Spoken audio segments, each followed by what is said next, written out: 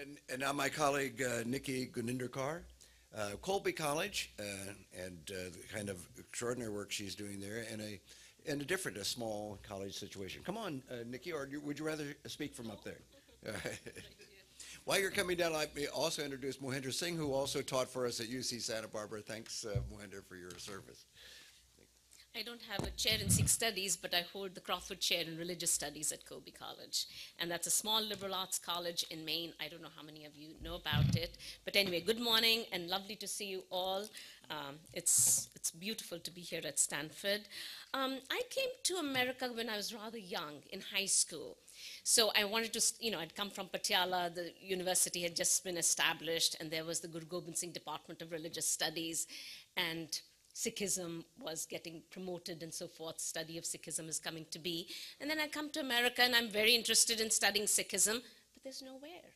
It was not on syllabi. There were no textbooks. I mean, if it were, it was always Sikhism as a syncretic movement. Syncretism, a sect of Hinduism, a sect of Islam. So there really wasn't anything. And so I would go home during the summers and try to work as much as I could. And then even in college, at Wellesley College, I went there. And I wanted to study Sikhism. There were no teachers. But it was a liberal arts atmosphere, and they were very open. And so I remember she was into the Old Testament and so forth. Lucetta Mowry was her name. And I said, I want to do something on the Sixth. Sure, Nikki. Embraced me, very warm. I don't know anything about it, but I'd love to learn. So, at that young age, to be inspired, yes, I can continue on with my tradition, that was really quite uplifting. And then I did, and my first book, it was published, and I got very good reviews, not anymore, but in those days I wrote Physics and Metaphysics of the Guru Granth Sahib. And, this was my BA honors thesis, and it was quite well accepted, both in India, abroad, etc. And then I go to grad school at UPenn, not much there, Temple, and anyway. So then I started, once I got my PhD, I started teaching at Colby College, and I've been there since 1986, and I started with the study of Sikhism, a full-fledged seminar. And I think that's the first institution of higher education, if I'm not wrong, to be offering a full-fledged seminar. So I was very pleased, and I've been continuing on. And over the years, what I've seen is that I go in two directions. So I teach a full-fledged seminar, upper-level course on Sikhism, where I integrate facets of Sikhism. And then I look into Sikhism for my other courses. How do I integrate that? That's really important to me. I don't hold a chair of Sikh studies. There's really not even Punjab studies there. So how to kind of make it as a part of the American curriculum? How do I do it in my India and the Western Imagination class? And there I talk about colonialism, Maharaja Dalip Singh. How do I do it in my South Asian women writers course? There I use the work of Arpana Kaur, Amrita Shergill, our twin sisters, twin Singhs. And so somehow the other, make it, or poetry, do Amrita Pritham. So these are the ways, to integrate it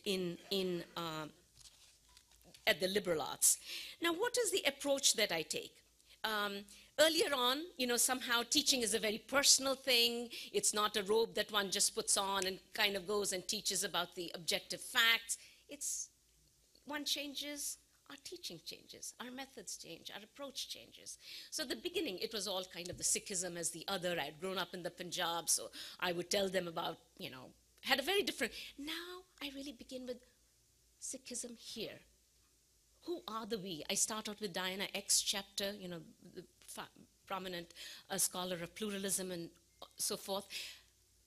We are afraid of ourselves. And that she's talking to Americans, afraid of ourselves. Who are the we? America is not just white America. It's become very plural, very diverse. And why are we afraid of ourselves? So Diana really kind of launches the students, starting out with that article. So then, really think about the phobias we all have, the hate crimes that take place. So we discuss xenophobia, racism, classism, stereotyping, discrimination that is rampant in North America. So that way, these undergraduates really plug in. It's not something out there. It's really we here.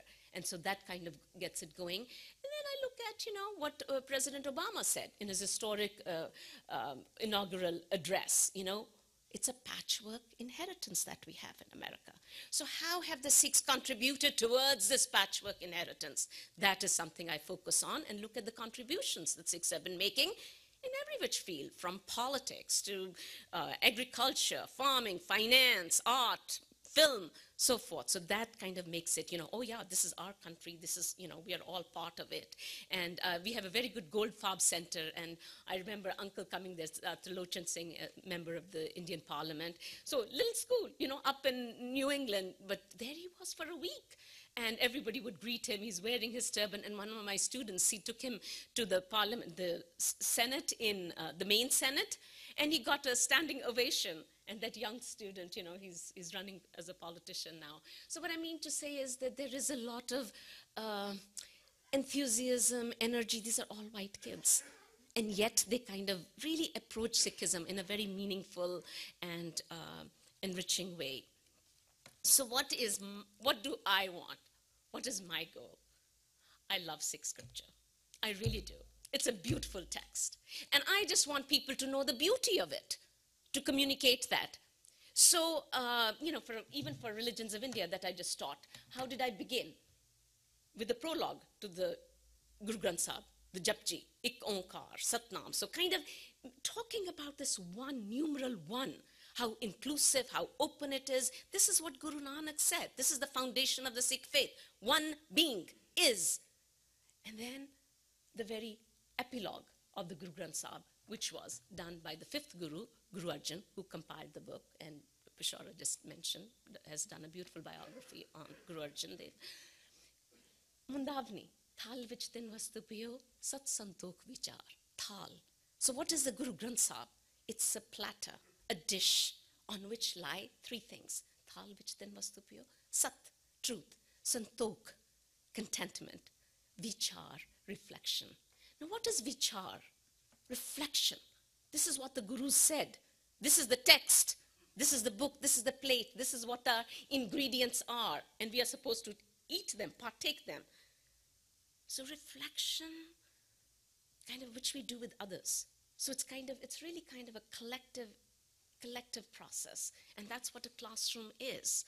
So, and then of course, Guru Arjan's, Jeko khave, Jeko punche, tista hoy utharo. So it's not just enough to eat, but to savor, take delight in what you are partaking this thought, process, reflection, contemplation. So that kind of really is very important to me, and that's something for our liberal arts education. I know I'm not training them to be scientists and to go for their commerce degrees and become doctors, but there's something very important here, which is an education which will last them forever and ever. How do we read? To take pleasure in reading. And that's something, with our new culture, Skypes and all, we have sort of forgotten. So Guru Arjan's Mundavni, that kind of lesson, Jeko khave, Jeko punche, is very significant. We need to savor the texts. We need to really partake, enjoy the text, and that pleasure is very significant. So that's something, starting out with that. And then, of course, it's looking at the universality of the text. What is the book all about? Very pluralistic. This incorporates which text, which scripture has Sikhs, Hindus, Muslims all together. And that's kind of the approach. So the Guru's intention, this is a text that's supposed to reach to everybody. And I want to promote sort of the poetic dimension. And I know sometimes I get into trouble because people say, oh no, sometimes we get, this is the scripture, this is not poetry. But the Guru himself calls himself Tadi, Kavi, Shair. And poetry is not just something, secular, or this comes from a lot of thought and it has a spirituality. It's based in Guru Nanak's revelation. So it's poetry of a very sublime nature, but it also opens others up to it. You know what I'm saying? I mean, that's one thing I'm finding with scripture these days and the general tenor that we have to, it's my text, your text, and scriptures have the most meaning. They carry our values of each particular tradition. And we really need to familiarize ourselves. And I don't want to be sacrilegious by any means, but I want students to really read as though it were a work of literature. And by literature or art, it's just not designated to one religion. It's not categorized. This is, it becomes a universal human text, a human work of art, a human poetry. And so it brings out, gives my students sort of the freedom, to, and I know the Guru Granth Sahib is the most sacrosanct of texts. But when students are welcome to read it as literature, their fears and phobias shake off. The core Sikh text is projected onto a wider horizon. The momentum of the Guru's infinite passion can reach Western students in a classroom setting when they are free to open up their imagination and psyche. Their close reading of my sacred text, we do collectively from a literary critical perspective in turn, evokes new and different analysis, making it an exciting academic exercise that touches us alike. Some of my American students have been so inspired that they've held translations of the Guru Granth Sahib closely in their backpacks and hiking trips. I've known some of the students, oh, I keep that poetry, the Sikh poetry, sacred poetry on my backpack, and as they're going on mountains and so forth, climbing, which they love to do. So that kind of gives it a lot of, somehow makes life very fulfilling, and not only that, but I ask them to write response papers. And the way they connect with the text, it's really astounding. I still can't forget my student writing on the ant image, right? And the Japji Sahib, Kidi Tulla Hovni.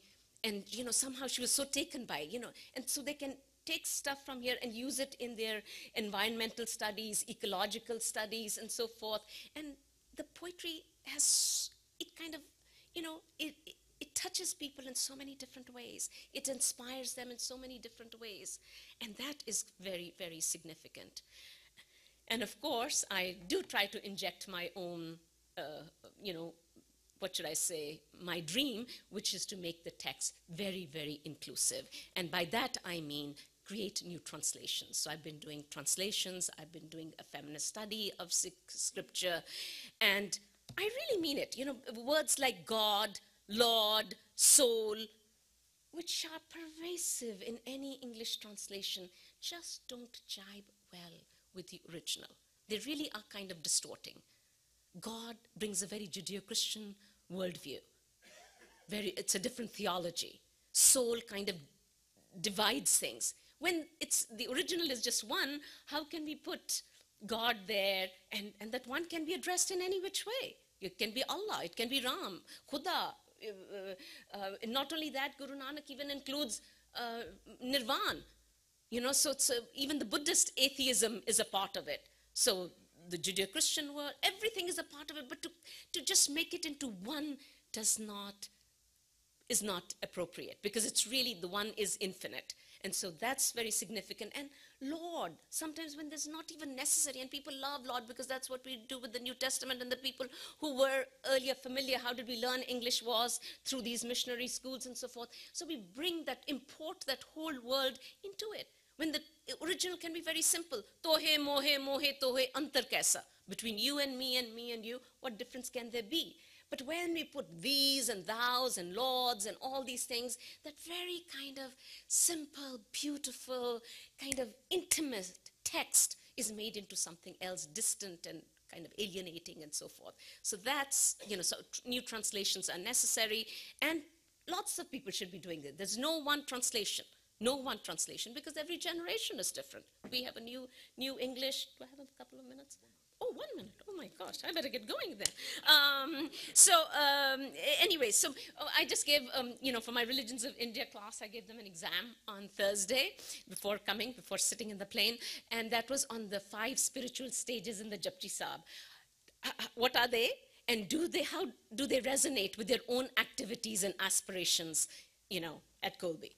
So that was so that will make them think, and I can't wait to read their, response papers, or their essays, but they really do very well. Another student did a paper on film, representation, one-dimensional representation of Sikhs in film.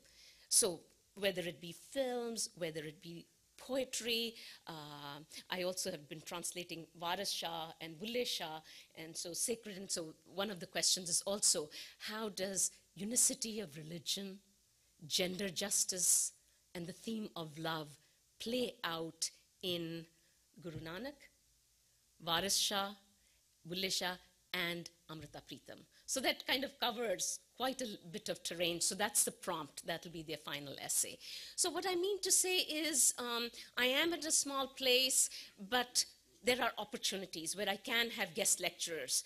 This past year, I could not have a conference or anything, but I had Gurinder Chadda, Bend It Like Beckham. She came all the way from London, spent a couple of days, met with students in different classrooms and so forth, and it was a very engaging time. So the college makes things available for me where I can bring guest speakers, where I can bring a bit of the Punjab to me. So my final, I shall read overall, I do find teaching Sikhism in Colby's liberal arts landscape conducive to moving beyond the distant Eurocentric monologues and insular dialogues to a we all talking about us that Professor Winfred Cantwell-Smith proposed half a century ago. But my circle of we is awfully tiny, and I want to reach a wider audience. I therefore seek input from colleagues holding Sikh chairs and teaching at large universities. What are some specific strategies that would help us promote the study of Sikhism at a small liberal arts college? The question about Sikh studies being taught beyond the constraints of area studies does not even arise for me because there's no Punjab studies or even South Asian studies at Colby. I teach Sikh studies from within the Department of Religious Studies and would love to get thoughts on bringing Sikhism into classes beyond religious studies to play a role in shaping a new humanities. My seminar on Sikhism fulfilled the literature requirement at Colby, but how do I nudge my colleagues to include aspects of Sikhism in their syllabi on art history, anthropology, women's gender and sexuality studies, music, English, government, history, environment studies, film studies. So there is a lot to be done, and I would still, alas, I know Mark wrote that unforgettable essay, The Forgotten Tradition of Sikhism. Unfortunately, Sikhism is pretty much still forgotten in mainstream academia. Thank you.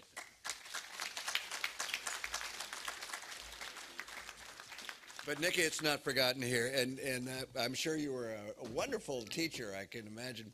What she didn't tell you, she told you she grew up in Patiala. What she didn't say is her father, Haban Singh, was a great scholar at Punjabi University, founding editor of the Encyclopedia of Sikh Studies, and whom I had known. And Nikki would be very proud of you today.